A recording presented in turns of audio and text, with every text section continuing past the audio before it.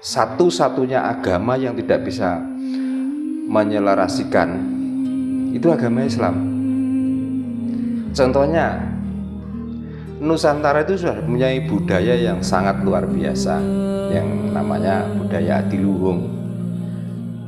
Mulai dari agama Hindu, agama Buddha, agama Kristen, tidak pernah mempermasalahkan budaya di Nusantara ini.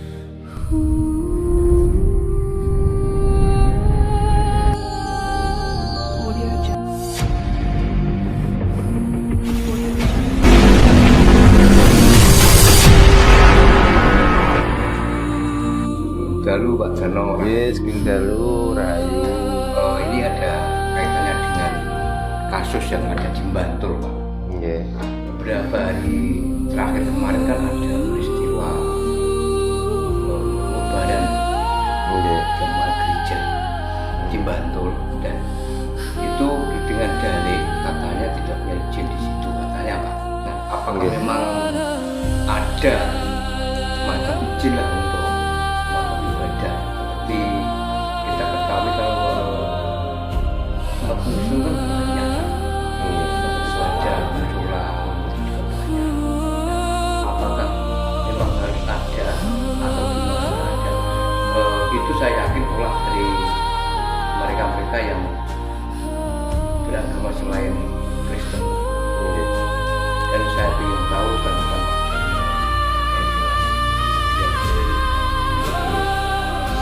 Ini selamat malam, selamat berjumpa kembali di channel Seru Alam. Saudara-saudara kita di mana saja berada, selalu diberikan kesehatan, kelancaran rezeki, kebahagiaan, ketentraman dalam rumah tangga, dan salam rahayu, rahayu, rahayu sekumati.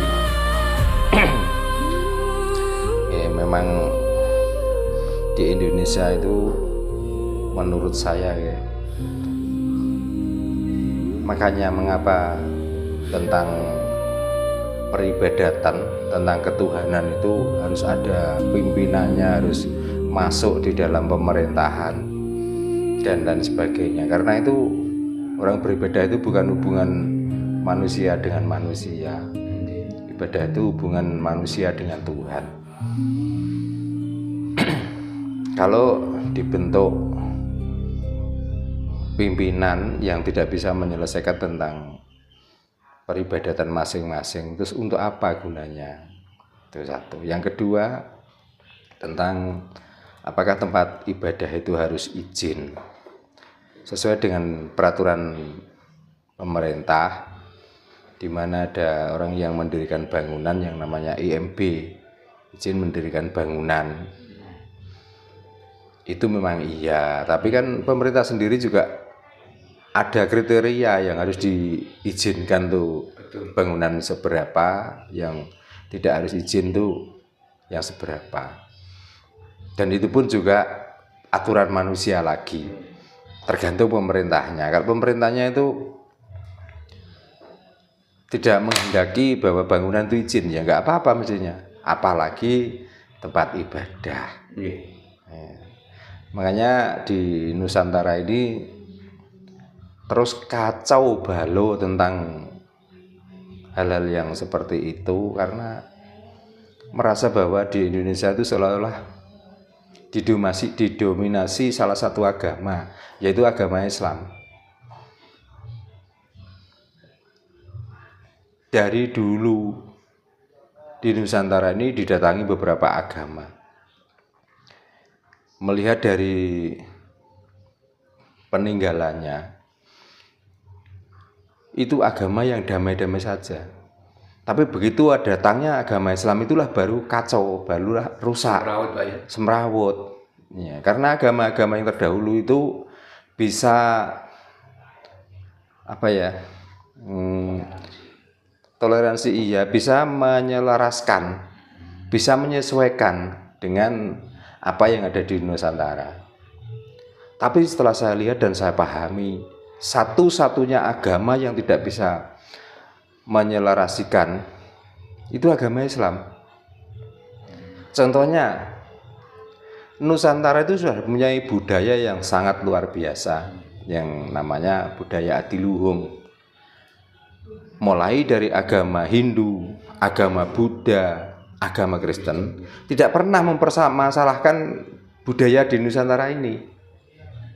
Karena apa? Dia itu paham, dia itu tahu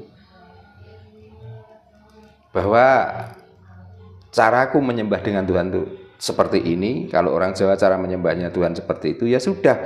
Yang penting saling jalan beriringan. Tapi setelah adanya agama Islam, apa yang terjadi?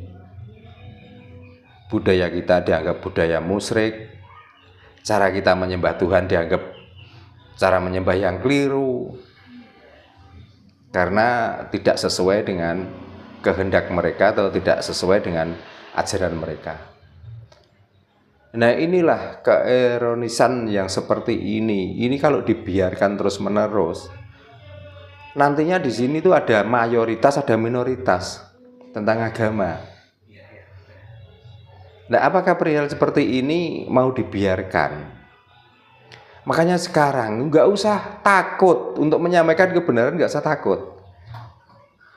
Mau beragama apa saja, kalau jamaahnya sudah melakukan seperti itu, kita tinggal menuntut pimpinannya kok. Termasuk siapa? Ya MUI.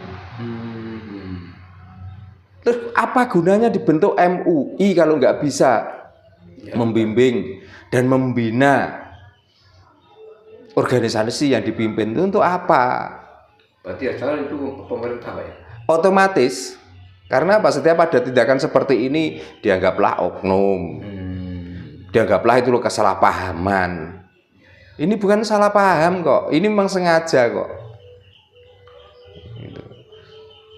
Lalu sudah jelas, apalagi di dalam agama Islam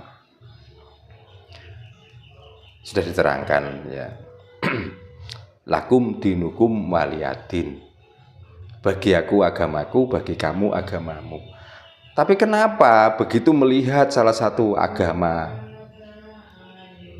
yang mau melakukan peribadatan dengan dalih tidak mempunyai izin dan lain sebagainya? Pertanyaannya,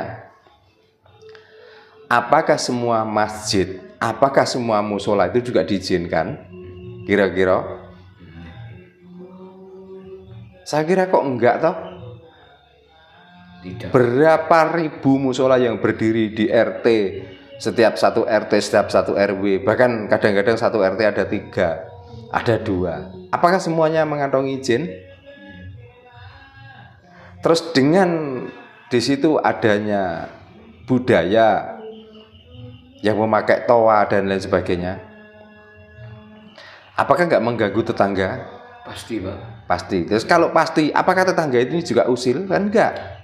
Karena di sekeliling musola, di sekeliling masjid juga belum tentu kalau orang itu beragama Islam. Kok api-api wae? Kok nggak ada yang protes? Kok nggak ada yang ngantemi masjid atau musola? Jadi orang Islam itu nggak bisa membaca, memahami orang Nusantara ini. Karena apa? Oknumnya juga orang-orang Nusantara yang saat ini sudah diblingerkan atau orang-orang yang sudah dibodohkan oleh salah satu agama itu. Mana kebangetan kadang-kadang itu menyembah Tuhan, orang yang percaya adanya Tuhan, yang katanya menyembah Tuhan, tapi perilakunya kok kayak perilaku.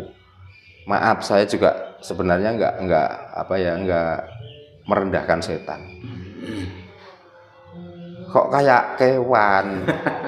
Apakah karena tiap tahun orang-orang itu senengannya membunuh hewan itu, jadi sifat hewaninya selalu masih mendominasi otak dan pikirannya. Makanya kalau sudah ada yang model begini, pemerintah tuh nggak usah melindungi tuh. Dibentuk lagi Menteri Agama juga demikian. Katanya Menteri Agama, padahal di Nusantara ini ada beberapa agama. Tapi kenapa yang dipilih itu mesti agama satu? Salah satu agama yang menjadi pimpinan. Gitu loh. Mestinya kan nggak begitu. Namanya Menteri Agama, ya agama apa saja dipimpin, ya paling tidak itu ditanyakan bagaimana kesejahteraan para umatmu, bagaimana tempat-tempatmu beribadah selama ini. Kalau memang di situ dibutuhkan izin, apakah sudah berizin? Kalau belum berizin tak bantu, dia menteri. Gitu. Menteri malah lambene esok deli sore tempe. Menteri kok mencela. Intinya Pak Darno tidak sepakat gitu, bahwa Islam itu agama yang paling mulia. Mulia apane? Dari dulu agama yang paling rese, agama yang paling berisik itu agama Islam. Sudah, biar kalau mau marah berarti dia melakukan itu. Kalau dia mau berhenti berarti dia sadar. Ini. Wong urusan dengan Tuhan kok berisik, urusan dengan Tuhan kok berbeki tonggo. Apa lupa dengan Allah dzikrillah ila tatmainul qulub? Apakah memang ajaran agama itu seperti itu? Tapi kalau memang melihat sejarah dari awal, memang begitulah caranya agama Islam itu, cara berdakwah dan cara menyampaikannya. Dari awal kan perang terus. Dari awal kan menuduh, dari awal kan suudon. Dari awal kan membunuh. Sampai sekarang. Sama kan sampai sekarang kalau bisa ya tetap membunuh. Makanya kalau ada ngomong Islam itu rahmatan lil alamin, tae kire blegedes. Yes. Kurang apa? Benar Pak. Untuk apa kok ditutupi dialing-alingi? Inilah kenyataannya sekarang. Makanya bagaimanapun caranya, Nusantara karena mempunyai kapitayan harus bangkit untuk melawan radikalisme yang ditimbulkan dari agama itu. Nah, dari dulu apa saja yang terjadi besar-besaran di Nusantara ini, tentang PKI lah, tentang dan lain sebagainya, yang paling besar andilnya apa? Agama Islam toh. Perang di mana-mana, yang paling besar andilnya siapa? Negara ini yang hampir saja rusak, diadu domba oleh siapa? Ya oleh orang Islam. Diakui nggak diakui jelas. Jadi jangan membantah, itu kan oknum gombalemu ki ya. Oh, itu juga kelompok-kelompok besar kok yang dilindungi oleh negara kok, yang dinaungi oleh MUI kok. Hanya kadang-kadang kok kebangetan men gitu loh. Nah begini di sini dipaksa-paksakan harus diikuti. Di sini harus kalau bisa setiap orang itu harus mempunyai KTP agama tertentu. Betul. Nah, iya. Ini kan mungkin saja niat mereka di sini tidak menyebarkan kebajikan, tapi niat dia di sini itu untuk membuat orang Nusantara ini hancur. Kalau sudah hancur bisa dikuasai oleh orang-orang Arab. Itu loh. Karena orang Arab ngiri tidak mempunyai dunia seperti Nusantara. Gitu. Di sini mau minum air nggak usah beli. Ya, mau janganan ke atas lah gambar kacang nggak usah beli. Kalau mau nanam banyak. Kalau di sana, kalau mau nyayur apa kira-kira penyayur kerikil.